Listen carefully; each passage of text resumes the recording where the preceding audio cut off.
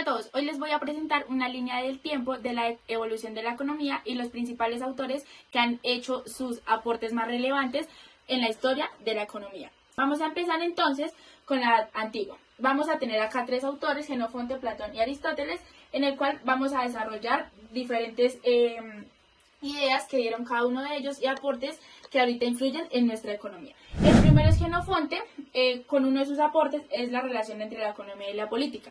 Pues este decía que una buena administración en el hogar y que la persona que fuera buena administradora en el hogar y tuviera una buena administración en el hogar, de la misma manera iba a poder ser un buen administrador en una polis o en un estado.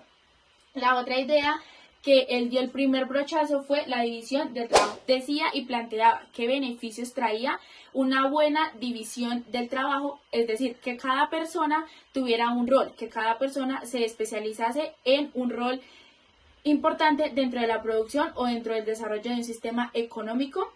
Y por último, la administración eficiente. Jenofonte planteaba que el conocimiento planteado desde la eficiencia en el trabajo, el orden, la disciplina, la productividad y la habilidad en la gestión iba a generar recursos esenciales para el éxito en una economía. Luego pasamos a Platón, con tres críticas o planteamientos importantes. El primero, educación en la economía. Platón planteaba que deberíamos educarnos en economía, pues esto era fundamental para formar ciudadanos capaces de cumplir con sus raíces económicas y políticas de forma ética. De igual manera, criticaba la moderación al lucro, pues planteaba que el dinero no podía producir por sí solo más dinero, pues esto generaba un exceso de riquezas y un exceso de acumulación de riquezas, lo cual no era bueno para la economía. Y por último, terminó de desarrollar la idea que tenía Jenofonte en cuanto a la división del trabajo. También planteaba desde su punto de vista y su perspectiva cuáles eran los beneficios que traía que cada persona cumpliese con un rol específico dentro de una producción de cualquier producto. Y por último tenemos a Aristóteles, que de la misma forma criticaba la usura, como ya lo había hecho, pues decía que el dinero no podía generar más dinero por sí solo, pues este era un medio de intercambio, más no servía para generar y acumular riquezas. Luego también decía que, o planteaba, que debía haber una ética en la economía, lo cual quiere decir que propuso también que las relaciones económicas deberían estar reguladas por la justicia distributiva, como la asignación equitativa de recursos para todos, de acuerdo a las necesidades que dicho sector social tuviera. Y por último, hizo una importante distinción entre la economía y la cremística, pues este decía que la economía era considerada como la administración del hogar y el uso racional de los recursos que a cada familia le tocaba. Y la cremística, que era el arte de hacer dinero por el dinero, sin tener en cuenta la ética o la moral, lo cual generaba una acumulación sin fin de riquezas. Continuamos entonces con el periodo de la Edad Media. En este tenemos 5 autores principales, los cuales vamos a nombrar sus aportes principales de cada uno. En el primero, Alberto Magno. Él desarrolló la teoría del precio justo, el trabajo como medio útil y digno y la aceptación limitada de intereses. En la teoría del precio justo, él decía que el precio justo de un bien no solo se determinaba a la hora de venderlo, sino también dependía de las condiciones al producirlo, de quién lo producía y de cuáles eran las condiciones en las que estaba el mercado a la hora de venderlo. Todo esto se debía tener en cuenta a la hora de ofrecerlo a un mercado. Luego pasamos al trabajo como medio útil y digno. Este autor planteaba que el trabajo le dio un valor moral al trabajo, ya que este era un poco denigrado por las personas en ese tiempo de los altos mandos. Luego pasamos a la aceptación limitada del interés. Este autor propuso que el dinero no debería generar un interés propio o generar más dinero con este mismo dinero, sino que debería producirse de una manera diferente el interés. Sin embargo, planteaba que sí podía tenerse un interés, pero que fuera como moratorio o por riesgos en caso de pérdida. Luego pasamos a Santo Tomás de Aquino, quien tenía también 3 puntos puntuales. La legitimidad a la propiedad privada, lo cual quería decir que el tener propiedad privada generaba un orden social en un estado o en la polis. Sin embargo, que no se podía llegar a ser egoísta con esta propiedad privada, pues generaba orden social. También condenaba la usura, de la misma manera en que Alejandro Magno y autores anteriores pues decía que el dinero no podía producir más dinero por sí mismo, pues no era un método para producir ganancias y riquezas. Y el precio justo pues terminó de desarrollar la teoría de Alberto Magno, la terminó de desarrollar Santo Tomás de Aquino, pues decía que efectivamente el precio de un bien no solo podía conllevar lo que él gastaba para producirlo, sino los eventos que se tuvieran a la hora de ofrecerlo y de los productores y más mercados económicos que estuvieran en el momento. Luego pasamos a Jean Bourrienne. Él encaminó su estudio por el estudio aparte de la oferta y la demanda. Nicolás Oresme, quien era un estudiante de Jean Bourrienne, quien siguió sus pasos y le reconoció al dinero no un valor convencional, sino un valor real al que se debería darle. Y por último, Antonio de Florencia, quien sintetizó el pensamiento escolástico y avanzó hacia un concepto subjetivo al valor, argumentando que el precio de un bien no depende solo de la capacidad que éste tiene y su utilidad, sino de la capacidad de satisfacer las necesidades que se requieran dentro de una sociedad. Bien, ahora podemos hablar desde el siglo XVI, donde se desarrollaron ideas como lo fue el mercantilismo y el paso de los escolásticos a los preclásicos, surgiendo entonces la época de la economía preclásica. Dentro de esta época se desarrollaron principalmente 4 autores, fortaleciendo pues las ideas del mercantilismo. El primer autor fue Jean Colbert, que estuvo entre 1619 y 1683, donde impulsó ideas como lo fue la riqueza de la nación, que era importante a través de los metales preciosos como lo era el oro y la plata. Impulsó también la industria nacional de las empresas manufactureras como textiles y vidrios, y el proteccionismo económico y políticas mercantiles. Estas políticas mercantiles se enfocaban en la reducción de la corrupción y al momento de desarrollar y recoger los impuestos. El segundo autor importante fue William Petit, que estuvo entre 1623 y 1687, que desarrolló 2 puntos importantes. El primer punto fue que fundó la economía cuantitativa y empírica. ¿Qué quiere decir esto? Que la economía cuantitativa y empírica estaba enfocada en las matemáticas, la estadística y las ciencias exactas como tal, enfocadas hacia la economía, desarrollando esto la idea de la ciencia de gobierno matemática. Y el papel del Estado en la economía, donde se debía enfocar a que la economía debía ser fundamental para el desarrollo de la población y la mejora de la calidad de su vida. El tercer autor fue Richard Cantillo, que estuvo en 1680 y 1734, desarrollando principalmente 3 ideas. La principal fue la teoría del valor del bien, del trabajo y el tiempo, que fue desarrollada inicialmente por William Petit, pero se fundamentó como tal con Richard Cantillo, donde también empezaron a surgir ideas de que la inversión tanto de tiempo, trabajo y tierra eran importantes para la economía, siendo esto pues el agricultor una fuente de riqueza. Y la teoría monetaria.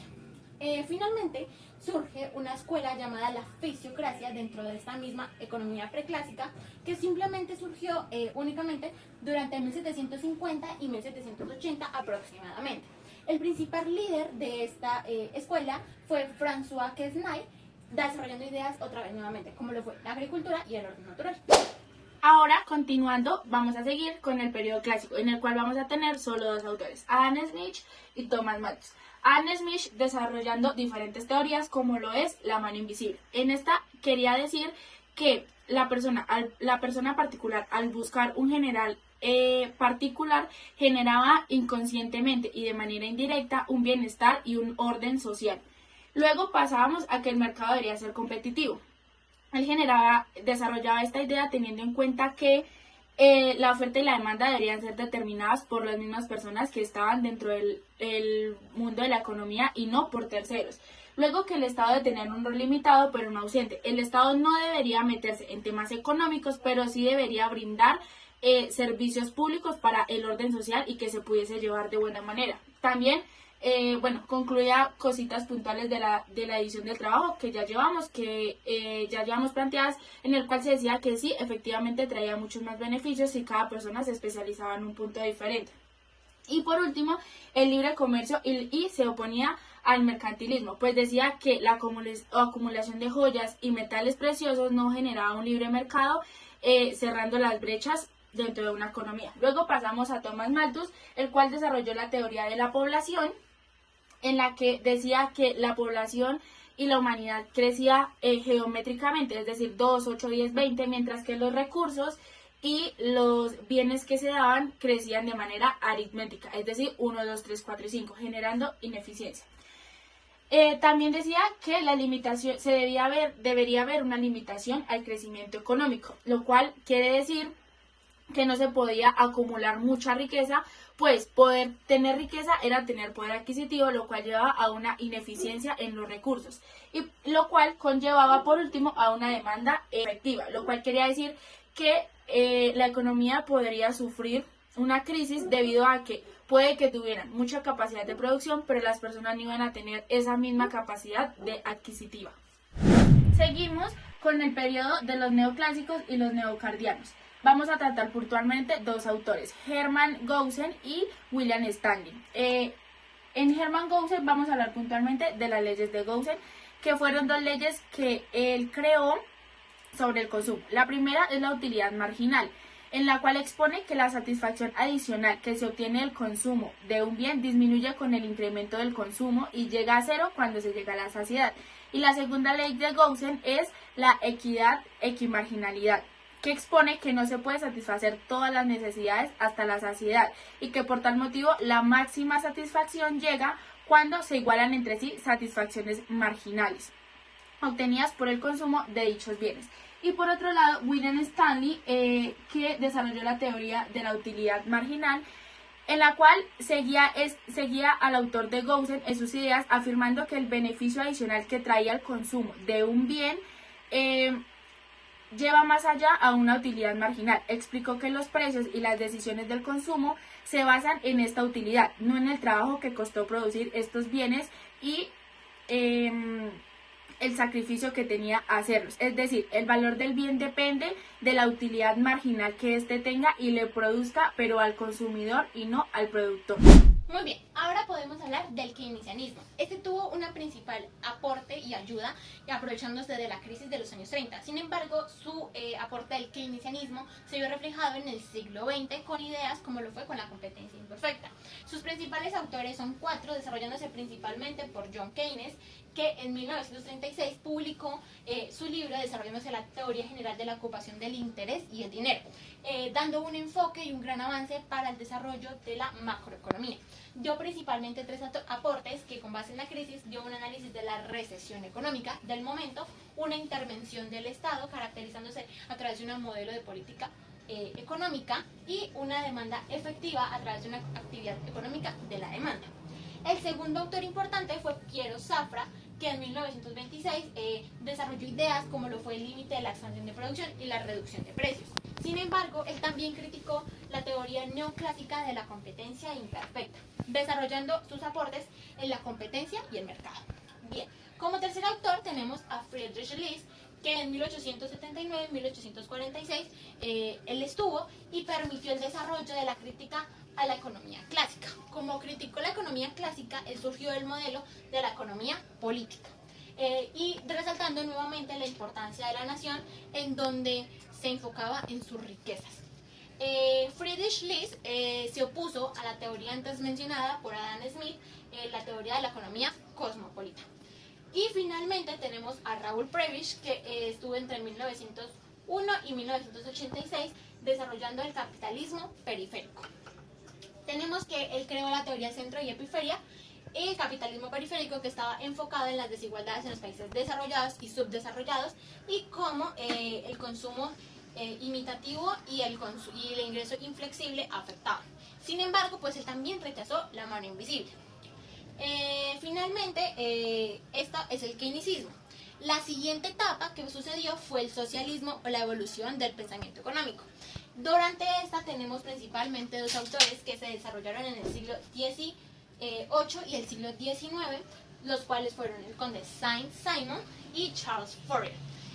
Saint-Simon criticó la propiedad privada, la clasificación de la sociedad dentro de la misma y una igualdad de oportunidades, señalando que ya debía de existir una igualdad de oportunidades para los trabajadores y al momento de elegir el trabajo debía ser equitativo. Y Charles Forrest en 1808 publicó su teoría de los 4 movimientos y los destinos generales y influyó en el socialismo utópico. Este es el gran líder del socialismo utópico, enfocándose en la teoría social y la práctica cooperativa. Muy bien, finalmente tenemos el neoliberalismo, en donde tenemos a Friedrich Hayek y Milton Friedman, que estuvieron en el siglo XX. El neoliberalismo en 1970 y 1980 desarrolló ideas como lo fue el mercado de libre competencia, la reducción de intervenciones estatales y el liberalismo de los mercados, enfocándose a que el mercado fuera más libre para una abertura para el comercio y el mercantilismo extranjero y quitar esa barrera social antes impuesta. Y en 1912 al 2006 se permitió la eficiencia económica y la asignación de recursos. Muchas gracias.